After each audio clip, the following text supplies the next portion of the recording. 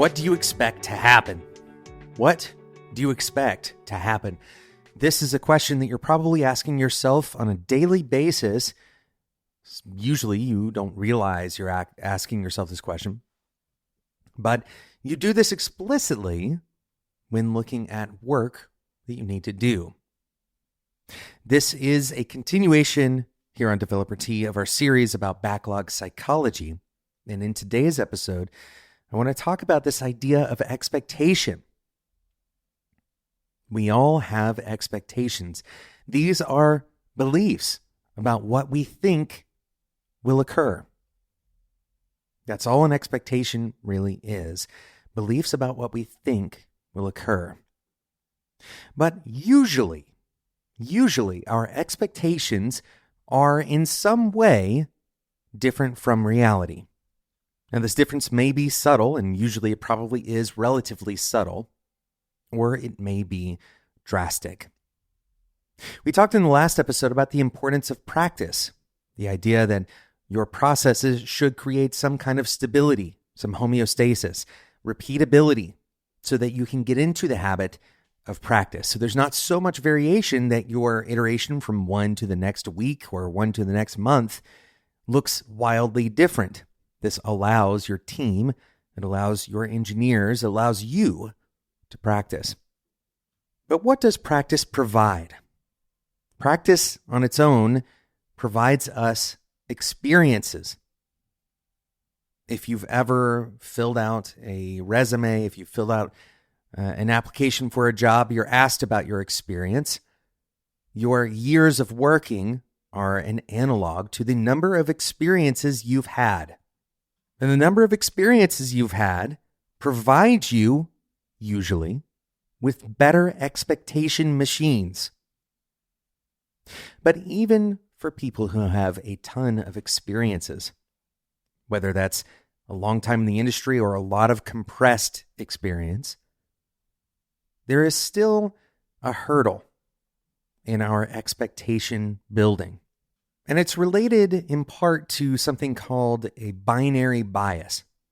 And there are other biases or cognitive dissonance that may contribute. But the basic idea of a binary bias is that we take continuous information and we try to create categories out of it.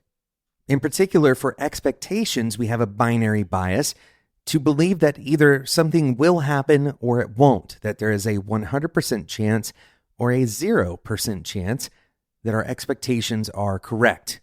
But the truth is that we will almost never be 100% correct about our expectations. This is also why our estimates for how long something should take are almost always going to be wrong in one direction or the other, especially for things that are larger in scope or in complexity. And so the bug in the system that we're finding here, the backlog psychology kind of error that we might make, is putting all of our eggs in one basket, imagining that our one expectation is the only one we should prepare for.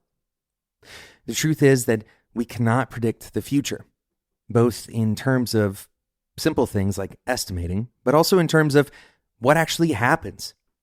What happens when we build this feature? What happens in a couple of months after that feature is built?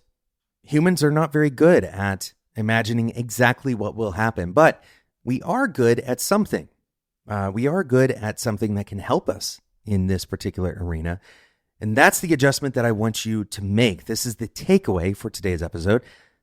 Your adjustment should be that you expect more than one thing on a probabilistic basis. Expect more than one thing on a probabilistic basis. What does this mean? It means that instead of having a singular expectation for a particular item of work, whether that's your estimation expectation or how you think it's going to be delivered, what exactly the solution is, instead of developing a singular expectation, develop a handful. Usually for something as simple as a task, 2 or 3 is enough. I'd recommend going to 3 so you avoid other biases related to either or that tend to show up when you only have 2 options. But having more than one expectation and assigning some kind of probability ranking to them.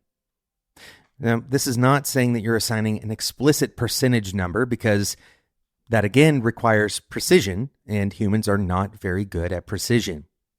What we are good at is comparison. If you were given three outcomes from a particular work item in your backlog, and you were told to rank them in order of most likely to occur to least likely to occur, humans are much better at this task than they are with assigning an absolute probability to each of those items. The truth is, the thing we expect to occur may only have a 40% chance likelihood of occurring, but it's greater than any other item in the list.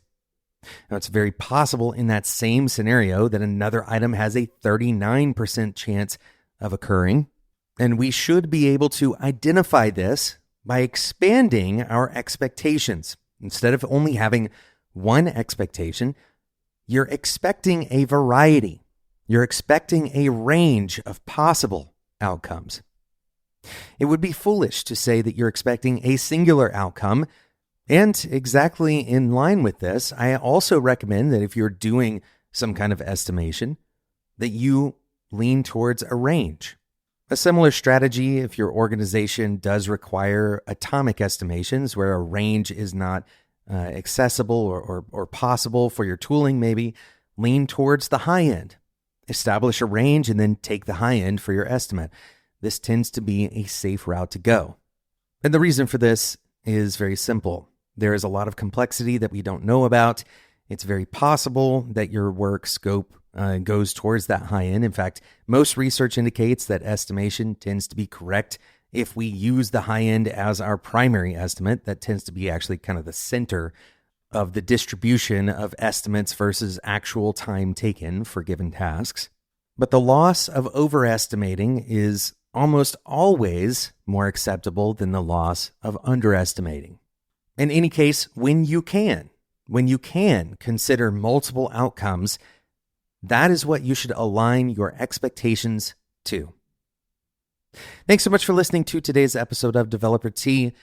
If you enjoyed this discussion, then please do two things. One, subscribe in whatever podcasting app you're currently using. If you've already subscribed, send this to someone else you think will enjoy it. That is a great way to help Developer Tea grow to new audiences, to new ears. So I definitely appreciate when you all share this with new people who have never heard of the show before. And then the second thing is, come and join our Discord community. Head over to developertea.com/Discord to join totally free today. Thanks so much for listening, and until next time, enjoy your tea.